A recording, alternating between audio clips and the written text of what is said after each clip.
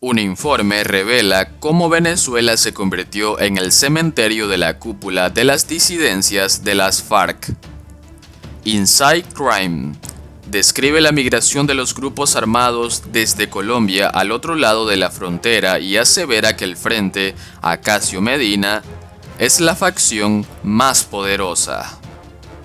En Venezuela, al menos, las guerras post-FARC parecen abocadas a terminar con un ganador inusitado: el Frente Acacio Medina, al mando de Miguel Díaz San Martín alias Julián Chollo, comandante que carece de las credenciales insurgentes de los mandos guerrilleros originales y de las temibles reputaciones e historias de los líderes de la segunda Marquetalía. Revela el informe que este lunes presentó el equipo de Inside Crime, que tiene 5 años investigando el tema y que asevera que el Frente Acacio Medina es actualmente la facción más poderosa de las ex-FARC, mafia que queda en Venezuela. La presentación del informe de Inside Crime titulado La guerrilla colombo-venezolana, la migración de la guerra de Colombia hacia Venezuela, fue moderado por el periodista Javier Mallorca y contó con la participación de Jeremy McDermott, Luis Fernando Trejo Rosero y María Victoria Llorente. En el documento presentado se asegura que Julián Chollo se encuentra seguro y atrincherado en el foco de minería de oro, en Atabapo, Amazonas, donde fuentes locales dicen que goza de la protección del ejército local y de aliados en el gobierno. Él es el rey de Atabapo, comentó un periodista local. Para el director ejecutivo y cofundador de Inside Crime, Jeremy McDermott, es una fantasía creer que, cuando la oposición gane poder en Venezuela, todo va a cambiar de la noche a la mañana, particularmente en sitios como Apure o Amazonas. Al contrario, eso podría fortalecer en el corto plazo todavía más la posición del ELN en estos sitios donde están vistos como gobierno o autoridad legítima. María Victoria Llorente, de la Fundación Ideas para la Paz, mostró resistencia a aceptar la posibilidad de que aquí se esté gestando una guerrilla panamericana, agregando que creo que con estas cosas que vamos diciendo, los analistas podemos creer al enano y eso me asusta. Una cosa es esta guerrilla, que tiene dos caras distintas. Una aquí en Colombia de insurgencia. La lógica paramilitar que tienen esos grupos depende del espacio que les abra el Estado en sí mismo.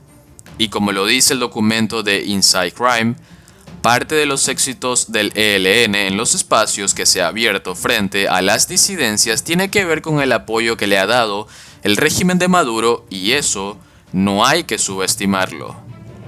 El analista político Luis Fernando Trejo Rosero se pregunta cómo queda el ELN en esas negociaciones Maduro-Estados Unidos. Porque Maduro no se va a ir a una guerra contra una organización que sabe cuánto podría iniciar acciones armadas, pero nunca cuándo las terminaría.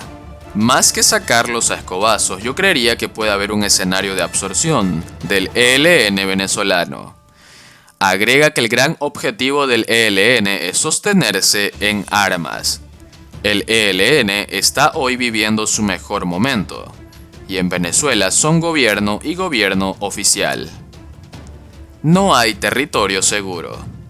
Durante décadas Venezuela fue un refugio para los comandantes de las FARC, dice Inside Crime en su informe titulado La guerrilla colombo-venezolana, la migración de la guerra de Colombia hacia Venezuela, en el que destacan que altos comandantes como Miguel Botache Santanilla, alias Gentil Duarte, comandante de la red de disidencias más numerosa y con mayor poder de las Fuerzas Armadas Revolucionarias de Colombia, FARC, podían vivir sin temor bajo la protección del Estado venezolano en cabeza del presidente Hugo Chávez y de su sucesor Nicolás Maduro. Duarte fue el cuarto alto comandante de las ex-FARC asesinado en Venezuela en el transcurso de un año. Los asesinatos comenzaron cuando Venezuela se convirtió en terreno de batalla de dos facciones rivales de disidente de las FARC, cada una de las cuales sostenía que era la verdadera heredera de las FARC y por lo tanto intentaba tomar el control de los antiguos territorios, alianzas y economías criminales de las FARC en el país. La rivalidad entre dichas facciones, las muertes de líderes en ambos bandos y la persecución incesante de las fuerzas de seguridad colombianas han sembrado el caos y la confusión en estas dos redes. Indican que para las disidencias de las FARC, a las que identifican como ex-FARC mafia, Venezuela dejó de ser un lugar seguro. Terminó convirtiéndose en un cementerio de sus comandantes más importantes y punto final de sus sueños de reconstruir la guerrilla de las FARC y de revivir su revolución perdida. Recordaron las palabras del comandante del histórico Frente Primero de las FARC, Néstor Gregorio Vera Fernández, alias Iván Mordisco, cuando envió un comunicado rechazando los diálogos de paz y anunciando la formación de la disidencia que continuaría la revolución armada de las FARC. No compartimos el desarme de las FARC porque consideramos que dichas armas pertenecen a los pobres de Colombia, que el único objetivo de la burguesía es desarmarnos para que puedan someter a los pobres a su antojo y llevarlos a la esclavitud moderna. El secretario de las FARC envió a Gentil Duarte para que pusiera orden en el motín y aunque se le dio por muerto, apareció junto a Mordisco, retirándose del proceso de paz. Esta alianza daría forma a la primera fase de la era post-FARC. Ese fue el nacimiento de las FARC Mafia, destaca Inside Crime. Aunque su mayor interés era reconstruir las redes de las FARC en Colombia, las disidencias de Duarte reconocieron desde el principio que Venezuela sería importante, un refugio y quizás algo más durante décadas. Venezuela ha sido un aliado de las guerrillas colombianas, pues el expresidente Hugo Chávez no solo consideraba a las FARC aliados ideológicos, sino también un baluarte estratégico contra una Colombia hostil y sus mecenas militar Estados Unidos. Dicha relación convirtió a Venezuela en un refugio para las filas y los cabecillas de las FARC, así como en centro logístico y de aprovisionamiento y más adelante en fuente de rentas criminales. Duarte y Mordisco estaban ansiosos por mantener esa tradición y consolidar su presencia en Venezuela. Mordisco y Gentil Duarte pactaron una alianza con otro líder de las FARC que no quería ser parte del proceso de paz, Jenner García Molina, alias John 40, quien por largo tiempo se había ocupado más de los beneficios del tráfico de drogas que de la lucha revolucionaria. Desde comienzos de los 2000 se había sentado en el estado venezolano de Amazonas. John 40 no solo ofreció músculo financiero y experiencia de primera mano en narcotráfico, sino que también podía actuar como puente con el Frente Acacio Medina, facción disidente asentada en el estado venezolano de Amazonas que había mostrado poco interés en cambiar la paz por las lucrativas minas de oro y rutas de narcotráfico que controlaban en Venezuela. Arturo en Apure. Las investigaciones de Inside Crime hablan del descontento que entonces hubo con el proceso de paz, que aunado a la incertidumbre por el futuro se extendió entre los desmovilizados. Comenzaron a formarse nuevas redes disidentes en la región fronteriza de Venezuela, algunas con ayuda de Duarte y su red. Entre ellas estaba el Frente 10, que operaba entre el departamento colombiano de Arauca y el vecino estado de Apure, en Venezuela.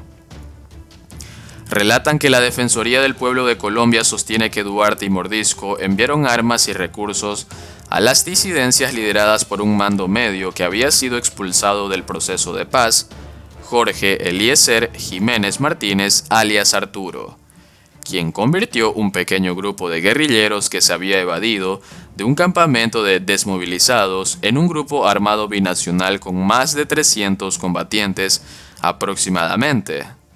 Las disidencias en el Arauca colombiano surgen con el fortalecimiento militar que recibieron del Frente Primero. Posteriormente se les unió una disidencia del Frente 33 al mando de Javier Alonso Velosa García, alias John Mechas. El grupo se había unido a la guerra post-FARC por el control del centro neurálgico de producción de cocaína en la región del Catatumbo, al noroeste de Colombia, y puso campamentos en el centro de tráfico que es el estado de Zulia en la frontera de Venezuela. Tras anunciar su disidencia en 2018, Mechas declaró su apoyo a la red de Duarte en 2020.